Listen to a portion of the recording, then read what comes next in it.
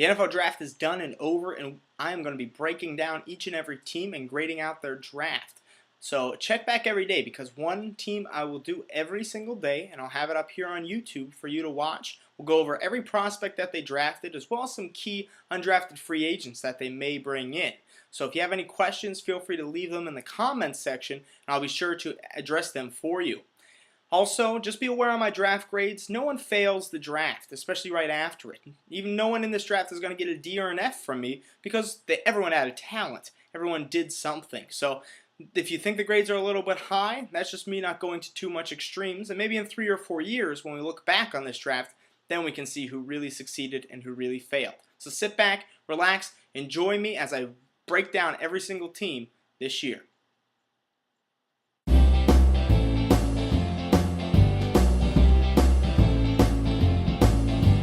The draft expert, Shane Hallam, shows off his knowledge.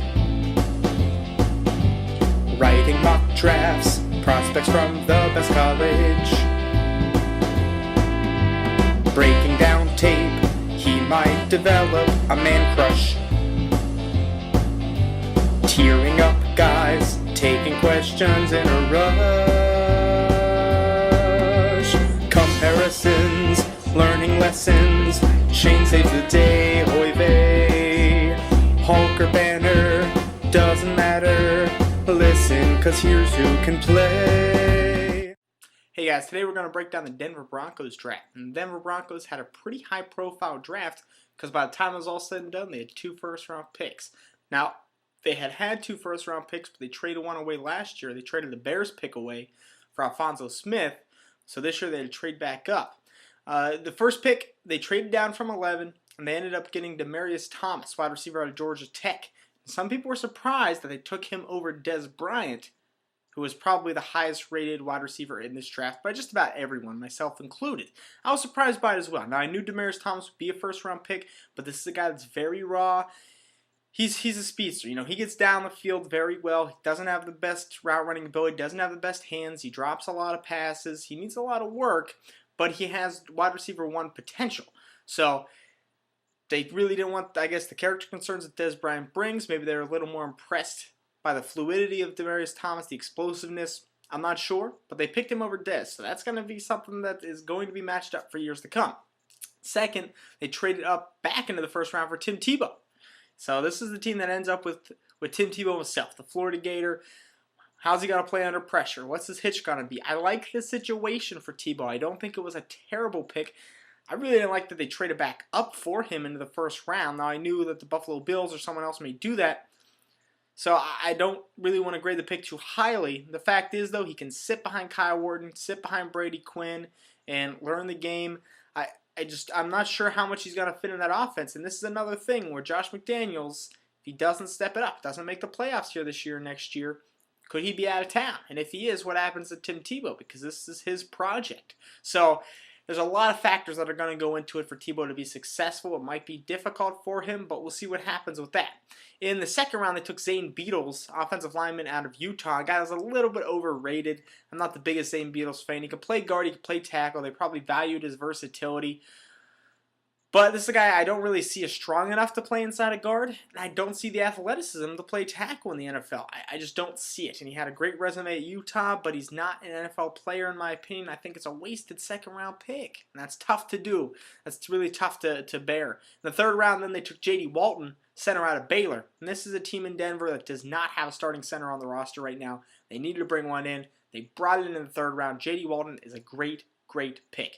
If you don't know him from Baylor, you should go back and check it out, because J.D. Walton is a guy that has great push. He's very good in the run game. He's pretty athletic as well. Gets the ball snapped out of there. Not the flashiest guy, but he's a guy that gets the job done. He'll be starting from day 1, I bet, in Denver at center. And then in the third, they had another pick. They took Eric Decker, wide receiver out of Minnesota. And this got a lot of people liked. A lot of people liked him. He's very good. He's pretty athletic, and he takes some risks. We saw that. The problem is he can get himself injured. He has just suffered a big injury late in the season, which might set him back. He may not be able to start OTAs, that type of thing on time. Could start on the PUP, but maybe ready to go. So we'll see about that. But I like it because Demaryius Thomas is your risky wide receiver pick. This is something I had said Denver was going to do from the start.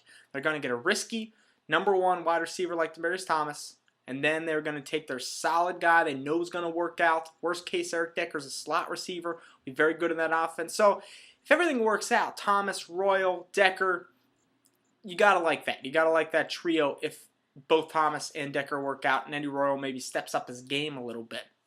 In the 5th round, they took Perrish, cornerback out of Oklahoma State. Perrish is the guy that fell on the board for 2 reasons. He was a 2nd-round pick, one time almost a 1st-round pick, because he's a very good return guy.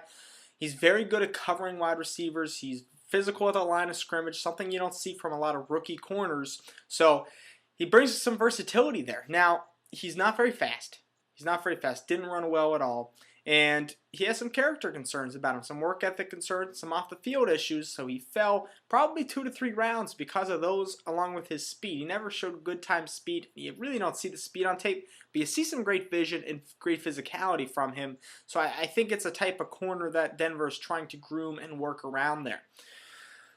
Next, they picked Eric Olsen, center, in the 6th round. And Eric Olsen's a guy I'm not a huge fan of. It was a pretty good value pick. I thought he would go a little bit earlier just because centers, there are a couple teams that needed centers. I just don't know why they picked another center after J.D. Walton. I understand they didn't have anyone. They needed some depth. Maybe he's a guy that can kick out the guard, but he already took Zane Beadles.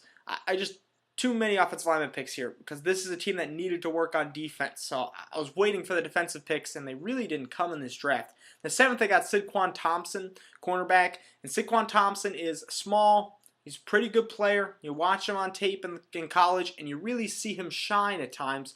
I just don't know if he's an NFL starting corner. Good nickel guy, but that seems to be what Denver's drafting. They drafted Alphonso Smith last year, trading a 1st-round pick away to get him. He's a nickel corner. They got Perrish this year. He's probably a nickel corner. Syd'Quan Thompson, a nickel corner. You need a starter at some point. Champ Bailey's not going to be around forever, and you need to get someone in early in the draft that's going to be a starting corner if you're going to draft all these guys. Don't understand it. And then finally, in the 7th, they drafted Jammie Kirlew, now defensive end from Indiana, finally addressing that position of a pass rusher, adding some depth to the pass rush. That's one of the positions on defense that are pretty well set. Elvis Dumervil did very well last year, so I see all this stuff, and I'm going to have to give him a C grade.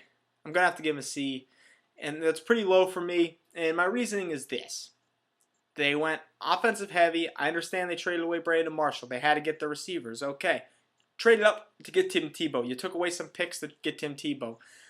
Not really sure of that pick, even though I'm a Tebow lover. I mean, I like Tebow. I think he can work on the NFL.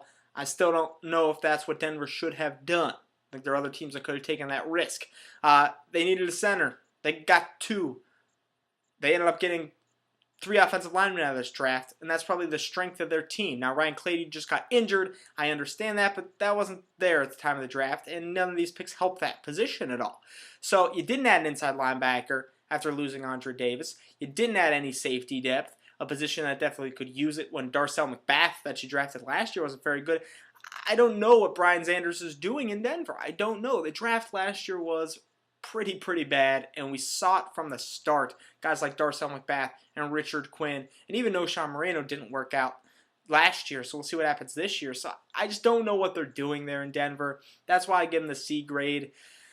I don't see this helping the team short term, and it's more of a long term. You got a project in Demaryius Thomas. You got a project in Tim Tebow. You probably have a project in Zane Beadles and Perrish, and the rest of these guys need work to make a big impact. So I'm not a big fan of the Denver Broncos draft. In terms of undrafted free agents, they got a couple guys I like. Clint Gresham, long snapper out of TCU. If you need a long snapper, this guy was the best in the draft. So he can definitely compete for the long snapping spot in Denver.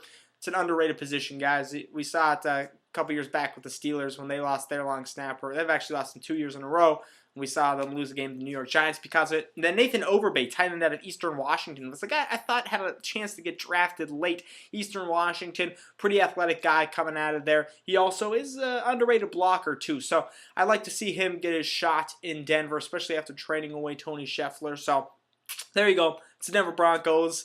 Not a huge fan of the draft. Sorry, Denver fans. I know some people are excited about it, and good for them, because if this works out, if Demaryius Thomas hits his potential, Tim Tebow hits his potential, you could have a great draft on your hands. If not, this coaching staff, general manager, everyone might be cleaned out of there in 2 or 3 years.